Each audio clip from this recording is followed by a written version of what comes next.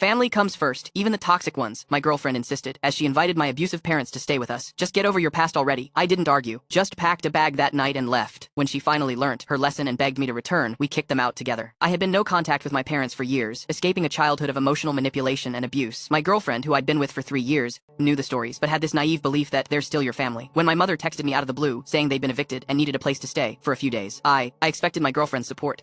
Instead, her eyes lit up. This is perfect. You can finally heal your relationship with them. I tried to explain there was nothing to heal, only trauma to avoid. Her response was a dismissive lecture. Family comes first, even the toxic ones. You're just holding grudges. Before I could even process it, she had snatched my phone and texted my mother back, inviting them to stay with us. They'll be here tomorrow. Isn't this exciting? She chirped, acting like she'd saved a puppy instead of inviting monsters into our home. That night, while she slept, I packed a bag with my essentials. I transferred my half of the rent to our bills account, left my key on the counter, and walked out. I checked into a hotel and turned off my phone. 3 days later, I turned it back on. 47 missed calls and a flood of texts.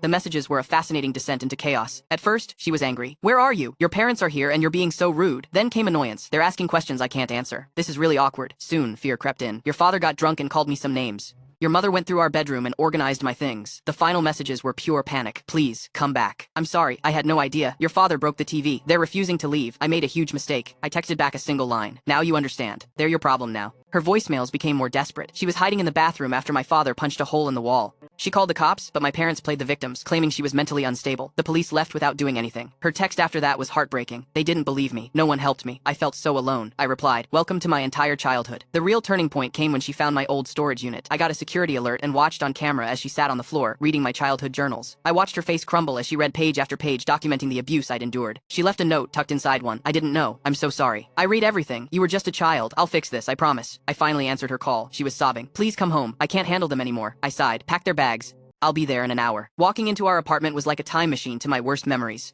The smell of cheap bourbon, holes in the walls, my father on the couch, my mother rearranging our kitchen. Get out, I said, my voice steady. My father sneered. Look who decided to show up, I repeated myself louder this time. He lurched at me, throwing a sloppy, drunken punch. I easily sidestepped, and he stumbled. My mother shrieked and came at me with her nails out, but I caught her wrists, a defense I'd perfected as a child. I'm calling the police if you don't leave right now, I said calmly. That got them moving. They grabbed their things, muttering threats, but they didn't stay gone.